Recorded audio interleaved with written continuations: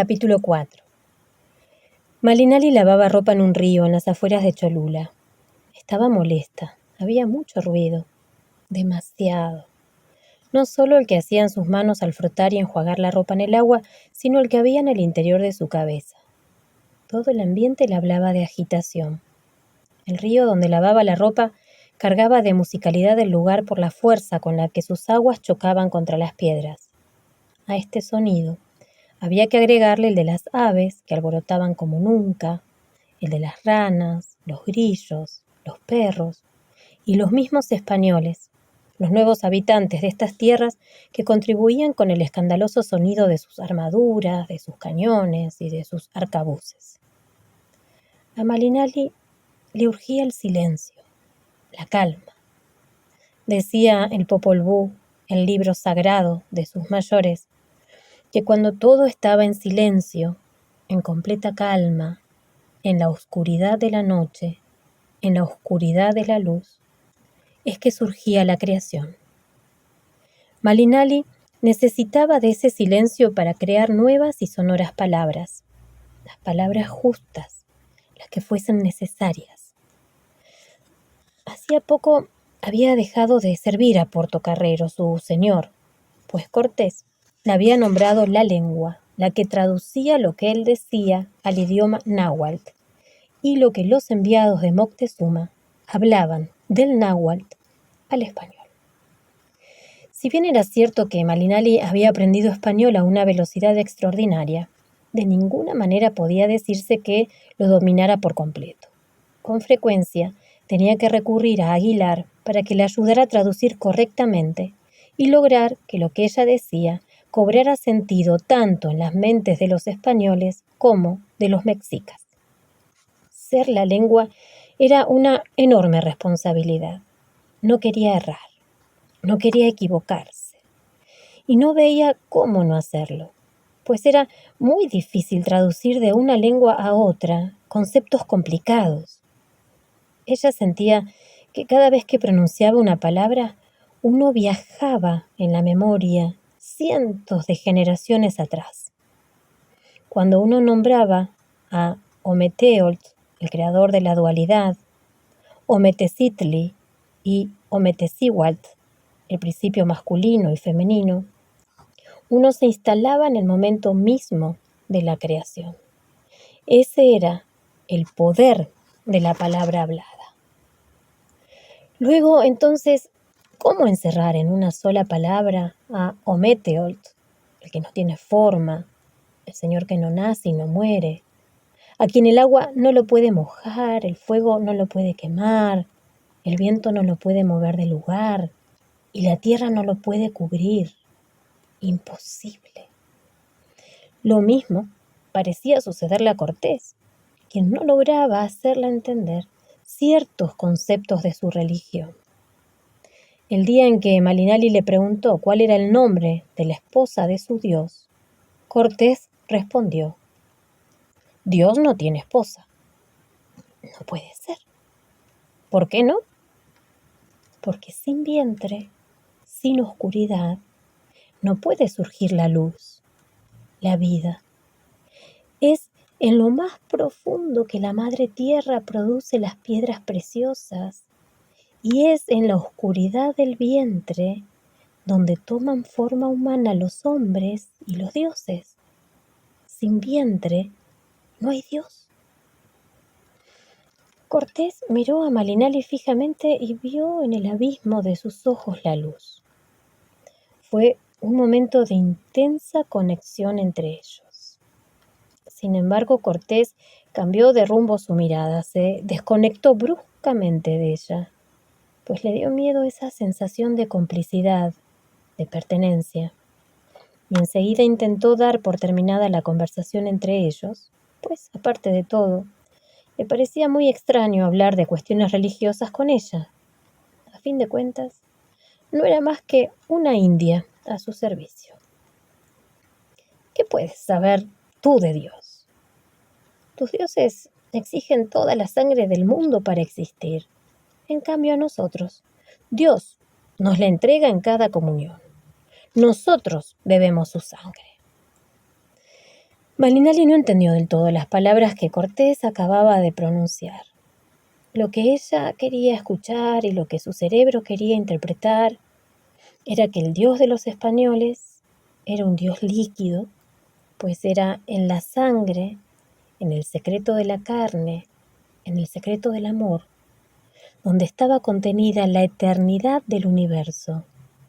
Y ella quería creer en una divinidad así.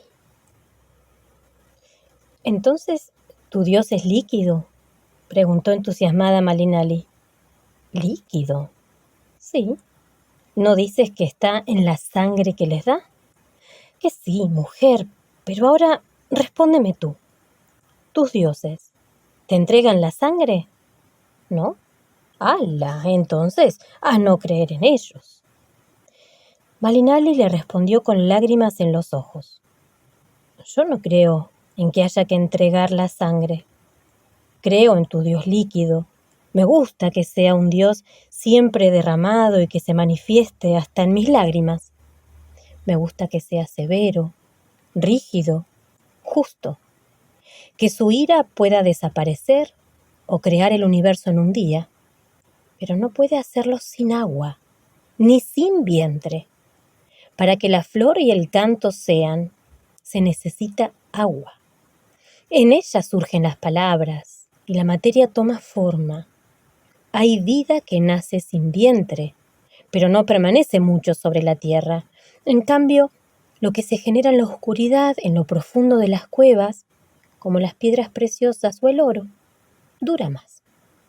Dicen que hay un lugar del otro lado del mar en donde existen las montañas más altas, y ahí nuestra madre tierra tiene mucha, mucha agua para fecundar la tierra. Y aquí, en mi tierra, tenemos cuevas profundas y dentro de ellas se producen grandes tesoros». «¿En verdad? ¿Qué tesoros son esos? ¿Dónde están tales cuevas?». Malinali no quiso responderle. Dijo que no sabía. La interrupción le molestó. Le mostró que a Cortés no le interesaba escuchar nada de su religión, ni de sus dioses, ni de sus creencias, ni de ella misma. Le quedó claro que solo le interesaban los tesoros materiales.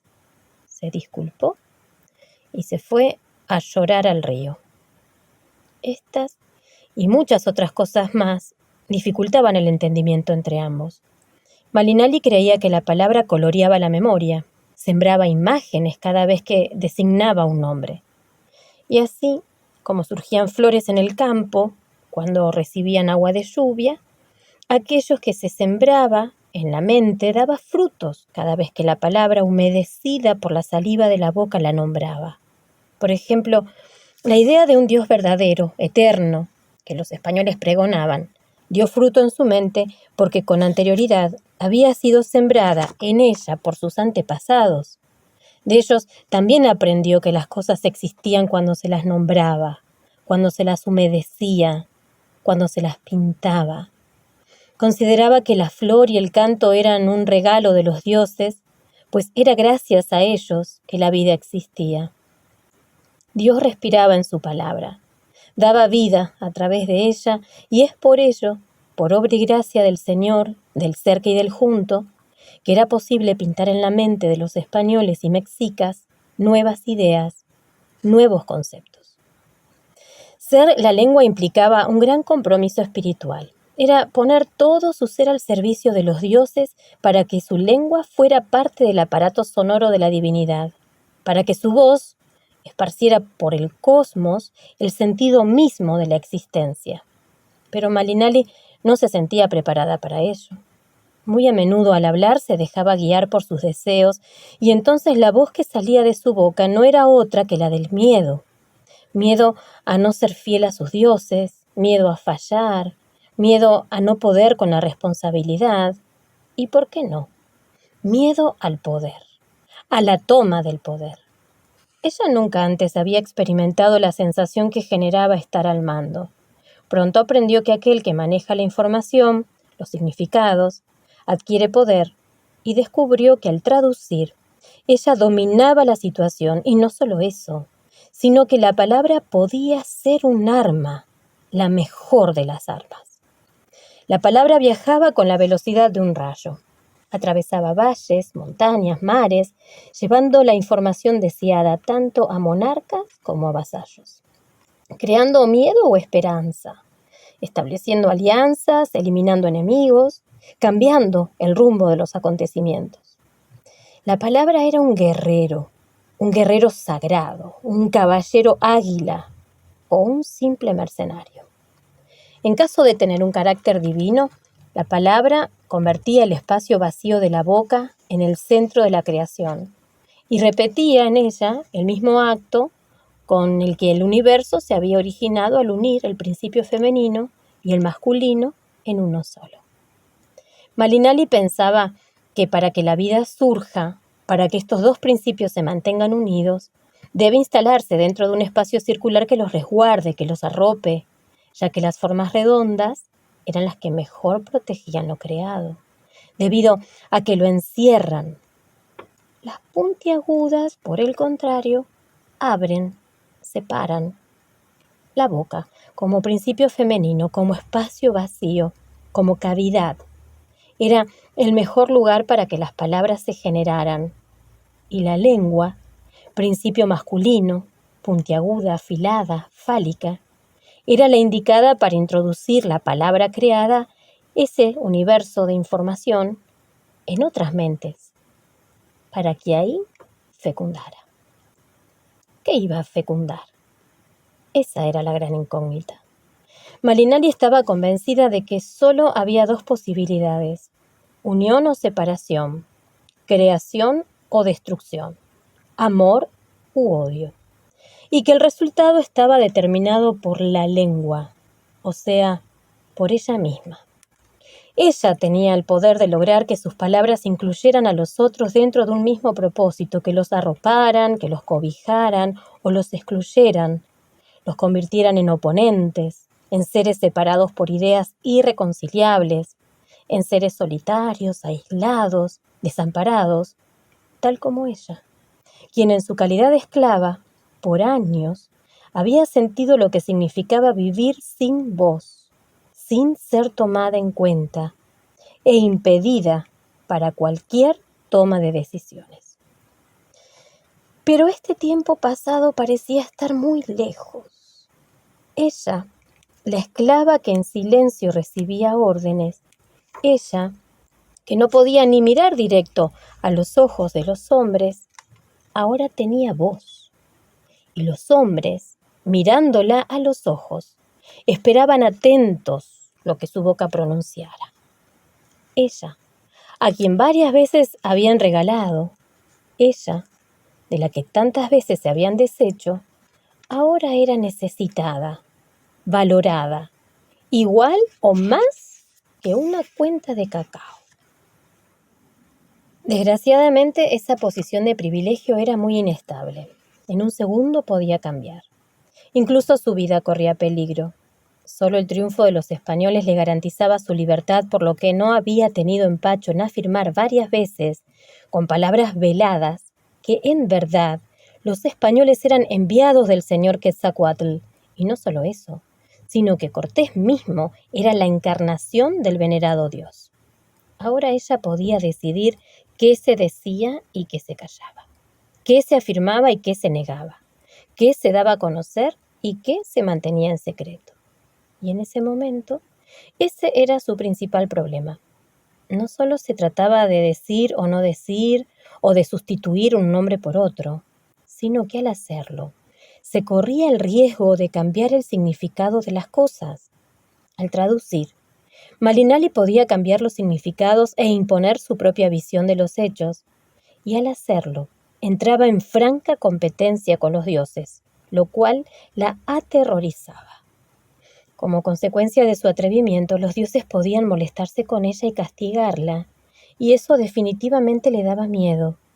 Podía evitar este sentimiento traduciendo lo más apegada posible al significado de las palabras, pero si los mexicas en determinado momento llegaban a dudar, tal como ella, que los españoles eran enviados de Quetzalcóatl, ella sería aniquilada junto con estos en un abrir y cerrar de ojos. Así que se encontraba en una situación de lo más delicada. O trataba de servir a los dioses y ser fiel al significado que ellos le habían dado al mundo, o seguía sus propios instintos, los más terrenales y primarios, y se aseguraba de que cada palabra y cada acto adquiriera el significado que a ella le convenía. Lo segundo, obviamente, era un golpe de estado a los dioses, y el temor a su reacción la llenaba de miedos y culpas, pero no veía otra alternativa por ningún lado. Los miedos y las culpas de Malinali eran iguales o más poderosos que los de Moctezuma, quien, lleno de temor, llorando y temblando, esperaba el castigo de los dioses porque los mexicas, tiempo atrás, habían destruido Tula, y en ese sitio sagrado dedicado a Quetzalcóatl habían practicado sacrificios humanos. Antes, en la Tula tolteca, no había necesidad de ellos. Bastaba que Quetzalcóatl encendiera el fuego nuevo y acompañara al sol en su trayecto por la bóveda celeste para mantener un equilibrio en el cosmos. Antes de los mexicas, el sol no se alimentaba de sangre humana, no la pedía, no la exigía. La enorme culpa que Moctezuma cargaba sobre sus espaldas lo hacía no solo creer que había llegado la hora de pagar sus deudas, sino que la llegada de los españoles marcaba el fin de su imperio. Malinali podía impedir que esto sucediera. Podía proclamar que los españoles no eran enviados de Quetzalcóatl y en un segundo serían destruidos. Pero ella sería asesinada junto a ellos y no quería morir como esclava. Tenía muchos deseos de vivir en libertad, de dejar de pasar de mano en mano, de llevar una vida errante. No había vuelta atrás. No había manera de salir ilesa.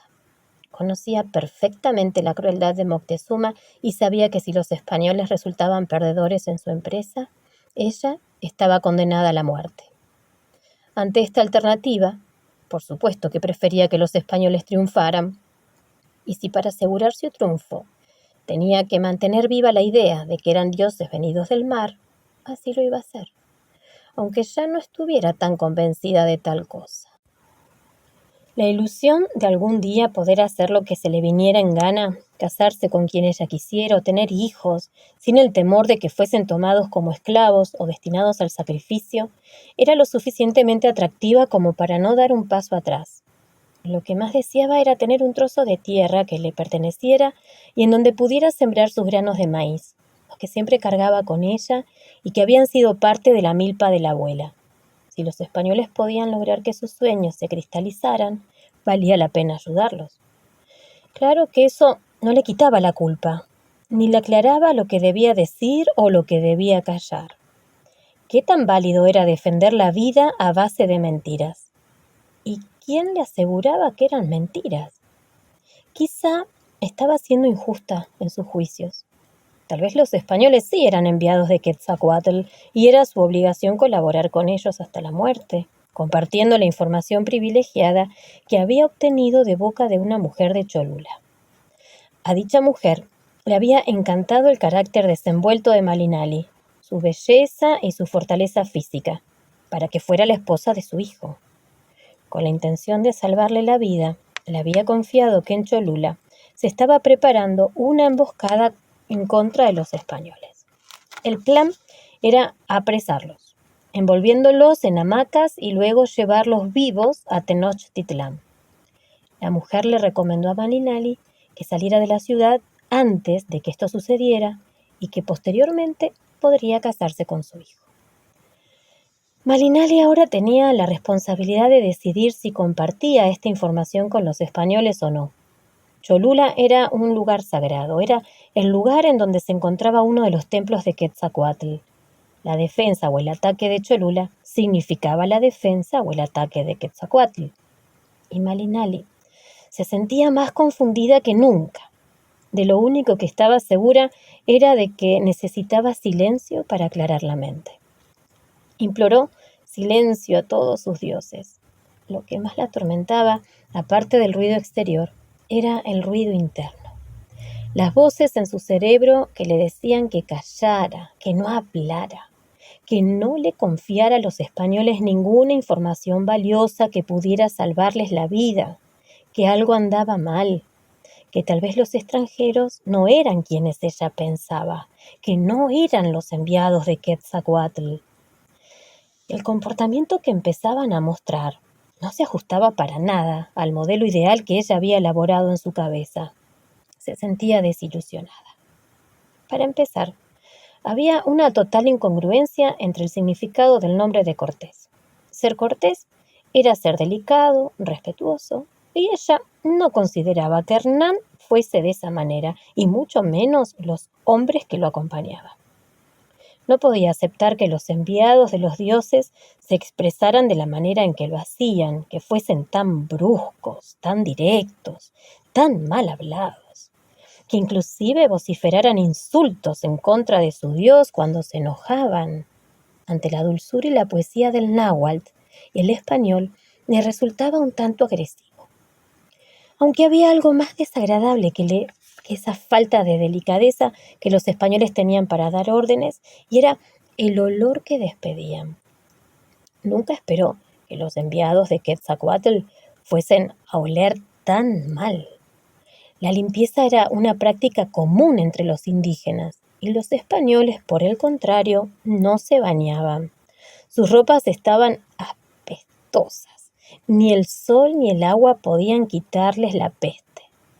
Por más que tallaba y tallaba la ropa en el río, no era capaz de sacarle el mal olor a hierro podrido, a sudor metálico, a armadura oxidada.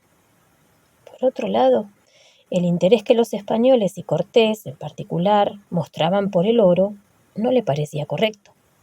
Si en verdad fuesen dioses, se preocuparían por la tierra, por la siembra, por asegurar el alimento de los hombres, y no era así.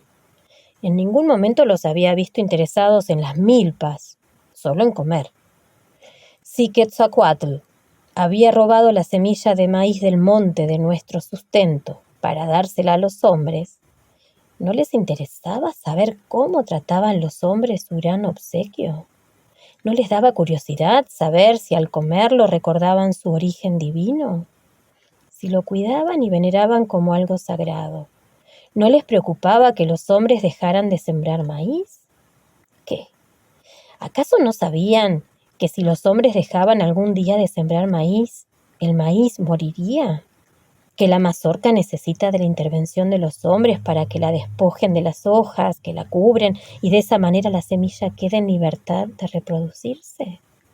¿Que no hay forma de que el maíz viva sin los hombres, ni los hombres sin el maíz? El que el maíz necesitara de los hombres para reproducirse era la prueba de que el maíz era un regalo de los dioses a los seres humanos, pues sin haber estado ellos presentes en el mundo, no hubieran tenido a los dioses a quien regalar el maíz, y los hombres por su lado sin maíz no podrían sostener su vida en la tierra. ¿Que no saben que nosotros somos la tierra? De la tierra nacimos, la tierra nos come, y que cuando ya sea el término de la tierra, cuando ya sea el fin de la tierra, cuando se haya fatigado la tierra, cuando el maíz ya no nazca, cuando la madre tierra ya no abra su corazón, ¿será también nuestro fin? Entonces, ¿de qué valía tener todo el oro acumulado sin maíz? ¿Cómo era posible que la primera palabra que Cortés interesó en aprender en náhuatl fue precisamente la del oro en vez de la del maíz? El Teocuitlac, el oro, era considerado como el excremento de los dioses, un desecho, solo eso. Así que no entendía el afán de atesorarlo. Ella pensaba que el día en que la semilla de maíz no fuese respetada, valorada como algo sagrado, los seres humanos estarían en grave peligro. ¿Y si ella, que era una simple mortal, sabía eso? ¿Cómo era posible que los enviados de Quetzalcóatl que venían en su nombre, aunque se tratara de un nombre distinto, que se comunicaban con él, no lo supieran? ¿No sería que estos enviados venían más como enviados de Tezcatlipoca que de Quetzalcóatl? El hermano de Quetzalcóatl alguna vez lo había engañado con un espejo negro y eso le parecía que hacían los españoles con los indígenas, solo que ahora con espejos brillantes. Tezcatlipoca, el dios que buscaba usurpar el poder de su hermano, era mago, y haciendo gala de su oficio le envió a Quetzalcóatl un espejo negro en el que Quetzalcóatl vio la máscara de su santidad falsa, vio su parte oscura. Como respuesta ante tal visión, Quetzalcóatl se puso tan borracho que hasta fornicó con su propia hermana. Avergonzado, al día siguiente abandonó Tula para reencontrarse, para recuperar su luz, prometiendo regresar algún día. La gran incógnita era si en verdad había regresado o no. Lo más preocupante para Malinali, independientemente de si los españoles lograban su propósito de derrocar a Moctezuma o no, era que su vida y su libertad estaban en juego. Todo esto se había iniciado meses atrás, cuando de manera fortuita Cortés se había dado cuenta de que ella hablaba náhuatl, y como Aguilar, quien en los años que llevaba habitando en estas tierras solo había aprendido maya, no lo podía ayudar para entenderse con los enviados de Moctezuma, Cortés entonces le pidió a Malinali que lo ayudara a traducir y a cambio le daría su libertad. A partir de ahí, los acontecimientos se habían ido sucediendo con una velocidad extraordinaria, y ahora Malinali se encontraba presa de una vorágine que no le permitía escapatoria.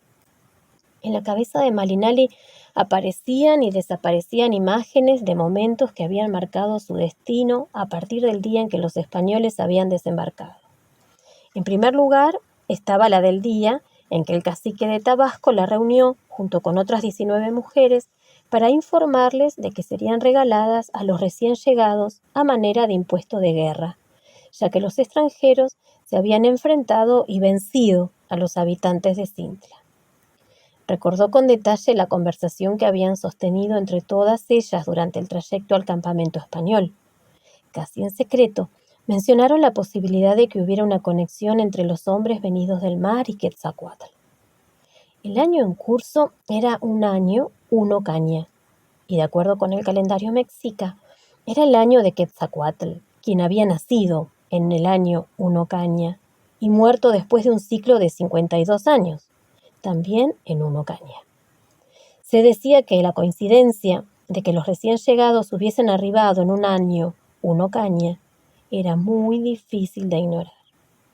Una de ellas comentó que había escuchado que el año uno caña era pésimo para los reyes. Si algo malo sucedía en un año uno lagarto, el mal atacaba a los hombres, mujeres, ancianos. Si sucedía en el año uno jaguar, uno venado o uno flor, atacaba a los niños. Pero si sucedía en el año uno caña, atacaba a los reyes. Lo cual era evidente, pues los extranjeros se habían enfrentado con los habitantes de Cintla y habían salido vencedores, y algo similar sucedería si se enfrentaban a Moctezuma. Esto era un indicio de que venían a conquistar y reinstalar el reino de Quetzalcóatl, y así lo aceptó el corazón de Malinali, y en esa época, al escuchar estas palabras, se alegró, se llenó de esperanza, de ilusión, de deseos de cambio.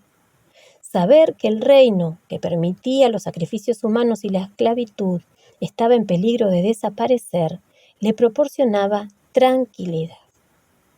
Lejos de allí, en el palacio de Moctezuma, se había dado la misma conversación entre Moctezuma, su hermano, Cuitlahuac, y su primo, Cuauhtémoc. Cuitlahuac y Cuauhtémoc pensaban que Cortés y sus hombres, más que dioses venidos del mar, eran una simple banda de saqueadores. Sin embargo, Moctezuma decidió que se tratara o no de dioses, debía dárseles un trato preferencial, puesto que se consideraba que también los saqueadores estaban protegidos por Quetzalcóatl. Así que envió a Teotlacamacsqui, su emisario principal, con el siguiente mensaje: ve sin tardanza, haz reverencia a nuestro Señor, dile que su teniente Moctezuma te ha enviado, y esto es lo que le mando para honrar su llegada. Tal vez Moctezuma no se dio cuenta del gran desconcierto que esa actitud provocó en la población. pues cuando escucharon que el propio emperador recibía con respeto a los extranjeros, y no solo eso, sino que se ponía a sus órdenes, todos quedaban obligados a comportarse de la misma manera. El trato preferencial hacia los españoles indicaba a todas luces que los extranjeros estaban por encima del emperador Moctezuma. Pero a la luz de los últimos acontecimientos, Malinali ya no estaba tan segura. Desde el momento en que se había dado el primer contacto con los emisarios de Moctezuma, Cortés mostró su interés desmedido por el oro. No lo deslumbró la maestría del arte plumario, ni la belleza de los textiles y las joyas con las que lo obsequiaron, sino el oro. Cortés había prohibido a cualquier miembro de la expedición que hiciera intercambios de oro en privado, y se ponía una mesa afuera del campamento para que los indígenas hicieran sus intercambios oficialmente. Así que todos los días, tanto totonacas como mexicas venían a ofrecerle a Cortés objetos de oro que él intercambiaba a través de sus sirvientes por cuentas de vidrio, espejos, alfileres y tijeras. Malinali misma fue obsequiada con un collar de cuentas de vidrio y un espejo. A ella le gustaba mucho el reflejo que ambas producían. Ella entendía bien los espejos. Mientras lavaba la ropa en el río, se observaba en el agua. Su imagen reflejada le hablaba de miedo. No le gustaba verla, le molestaba, le enfermaba. Recordó que de niña, una vez que estaba enferma, le habían puesto a observar su imagen reflejada en un recipiente con agua y había sanado. Pidió al río que le hablara, que la sanara, que le indicara si estaba actuando bien, si no se estaba equivocando. Ella sabía que el agua hablaba en todos los recipientes. Su abuela le había mencionado en una ocasión que en el Anahuac había un enorme lago visionario en donde se reflejaban imágenes de lo que iba a pasar. Y en ese lugar, los sacerdotes mexicas habían visto un águila devorando una serpiente. En cambio, el río en el que lavaba la ropa no le hablaba, no le decía nada, no veía nada en él, aparte de la mugre de los españoles venidos del mar. El mar era un espacio de reflejos, los lagos y los ríos también. En ellos estaban contenidos el sol y el dios del agua. Malinali sabía que atrás de cada reflejo se encontraba ella misma, como lo estaba el sol reflejado en la luna, como lo estaba en el agua, en las piedras, en los ojos de los otros. Cuando se usan objetos o piedras brillantes, uno se refleja en el cosmos, como en un juego de espejos. El sol no se da cuenta de que brilla, porque no puede verse a sí mismo. Tiene que verse reflejado para comprender su grandeza. Por eso necesitamos espejos, para reconocernos. Por eso Tula, la ciudad de Quetzalcóatl, fue construida para ser el espejo del cielo, y por eso Malinali gustaba de usar objetos brillantes para hacer un espejo donde Quetzalcóatl se reflejara ampliamente. Los collares eran sus más bellos espejos. Malinali sacó de su morral el collar que Cortés le había regalado y se lo puso en el cuello con la intención de ser vista por el dios, de encontrarse con él en el reflejo. Se miró nuevamente en el río y en esta ocasión lo que el agua le mostró fue una serie de pequeños reflejos uno al lado del otro que formaban una línea ondulada. De inmediato recordó la serpiente de plata que formaban los soldados españoles al caminar uno atrás del otro, reflejando al sol en sus armaduras, y la relacionó con las columnas de soldados de Tula que caminaban uno atrás otro, viendo su reflejo en el espejo que el que iba delante cargaba sobre su espalda. Sin que Malinali lo supiera, Hernán Cortés se encontraba solo unos pasos de ella. Aprovechando que el cielo estaba despejado, Cortés había decidido relajarse un momento al lado del río. Hacía rato que había dejado de dibujar en su libreta de anotaciones una rueda de la fortuna. Cada vez que quería calmar su mente y despejarla, se ponía a dibujar ruedas de la fortuna. Al hacerlo, entraba en estados de relajación profunda. La idea de que había un tiempo circular que determinaba que a veces uno podía estar en la cumbre y al otro momento en el piso. Esa idea le gustaba mucho. Pero ese día, otra idea vino a su mente y lo forzó a dejar a un lado la pluma y el papel. Al estar dibujando la rueda, al tocar el piso, sintió que ese momento era verdaderamente importante en el proceso eterno del giro. El momento en que la rueda toca el piso. Ese instante de unión con la tierra es el verdadero. Todo lo demás está en el aire, flotando. No existe ni el pasado ni el futuro. Esta comprensión lo hizo levantar la vista y ver a su alrededor con nuevos ojos. De inmediato comenzó a experimentar un sentimiento placentero. Estas nuevas tierras que hasta ahora le habían parecido extrañas, peligrosas e inhóspitas, donde el calor, los moscos, la humedad y las plantas venenosas habían atemorizado su corazón, de pronto cambiaron su apariencia y todo a su alrededor le pareció acogedor. Sintió que esta tierra era suya, que le pertenecía y que nunca había llegado, sino que siempre había estado ahí. Con gran paz en su corazón, cosa extraña en él, decidió darse un chapuzón en el agua. Cuando llegó a la orilla del río, descubrió a Malinali haciendo lo mismo. Ella se había despojado de su hermoso huipil para bañarse. Cortés observó su cuerpo desnudo, miró su espalda, sus caderas, sus muslos, su cabello, y se excitó como nunca antes. Al sentir su presencia, Malinali giró y entonces Cortés pudo observar su pecho de adolescente, firme, enorme, con los pezones turgentes, apuntando directo a su corazón. Sintió una gran erección y una enorme urgencia de poseerla, pero no debía. Así que metió su cuerpo hasta la cintura en el agua fría para ver si se le bajaba un poco la erección. Mientras se acercaba a ella, trató de iniciar una conversación que distrajera sus pensamientos. ¿Qué haces? Me impregno del dios Tlaloc, el dios del agua. Cortés y Malinali dentro del agua, uno frente al otro. Se miraron a los ojos y descubrieron su destino y su unión inevitable.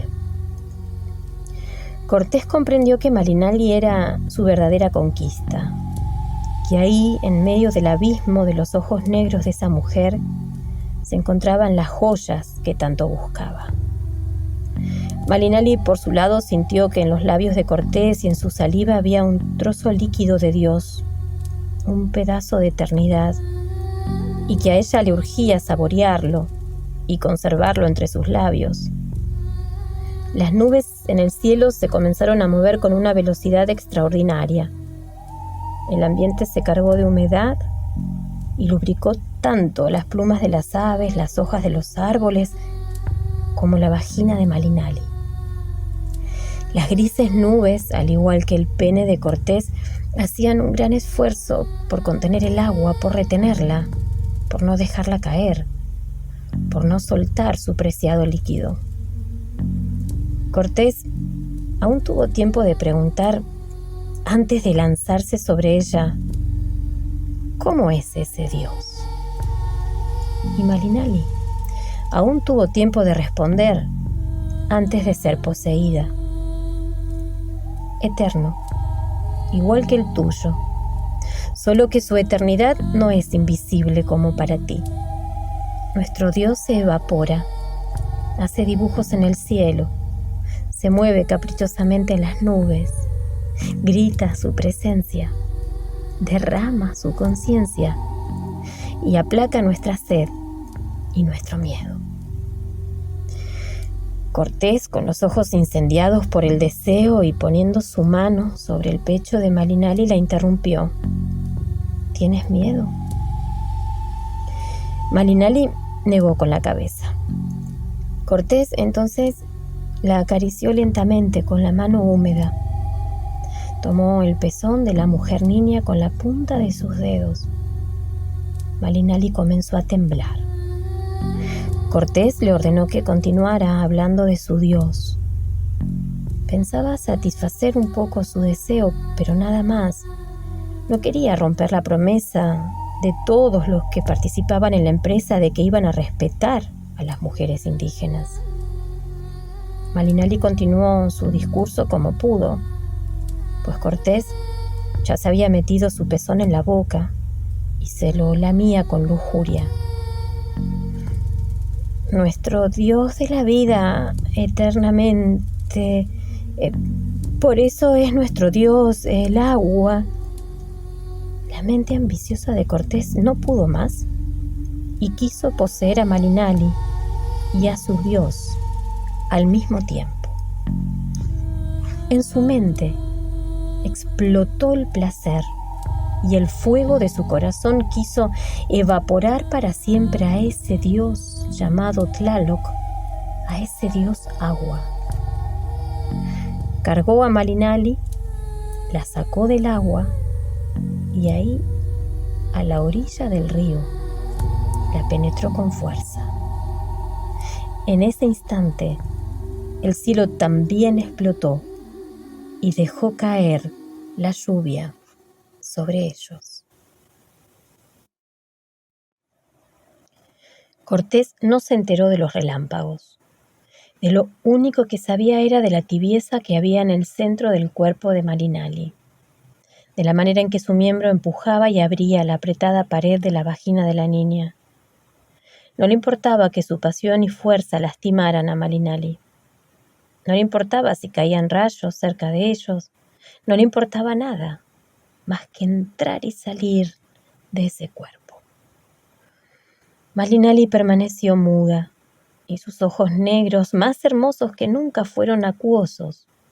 Tuvieron lágrimas contenidas.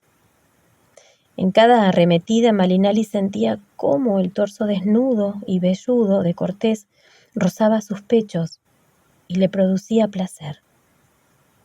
Ahí tenía la respuesta a su inquietud sobre lo que se sentiría al tocar una piel con pelo. Malinali, a pesar de haber recibido esa violencia en su cuerpo, en su delirio recordó lo que su abuela, con una dulce voz, como si los pájaros todos hubieran depositado su espíritu en su garganta, le había dicho un día antes de morir.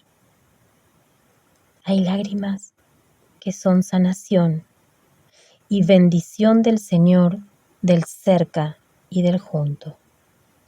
Son agua que también es lenguaje de voz líquida, que canta a la fragmentación de la luz. Es la esencia de nuestro Dios, que une los extremos y reconcilia lo irreconciliable. Durante unos minutos que parecieron eternos, Cortés la penetró una y otra vez, salvajemente, como si toda la fuerza de la naturaleza estuviese contenida en su ser. Mientras, llovió tan fuerte que esa pasión y ese orgasmo quedaron sepultados en agua, lo mismo que las lágrimas de Malinali, quien por un momento había dejado de ser la lengua para convertirse en una simple mujer, callada, sin voz. Una simple mujer que no cargaba sobre sus hombros la enorme responsabilidad de construir con su saliva la conquista. Una mujer que, lejos de lo que podía esperarse, sintió alivio de recuperar su condición de sometimiento. pues le resultaba mucho más familiar la sensación de ser un objeto al servicio de los hombres que ser la creadora de su destino. Parecía que nadie más que Dios fue testigo del arrebato de esa ira lujuriosa, de esa venganza pasional, de ese odio amoroso. Pero no fue así. Jaramillo, un capitán que luchaba al lado de Cortés, los había mirado. Y en su conciencia quedó grabada la figura de Malinali y se sintió atraído, como nunca, por esa mujer que Cortés, su jefe, había poseído.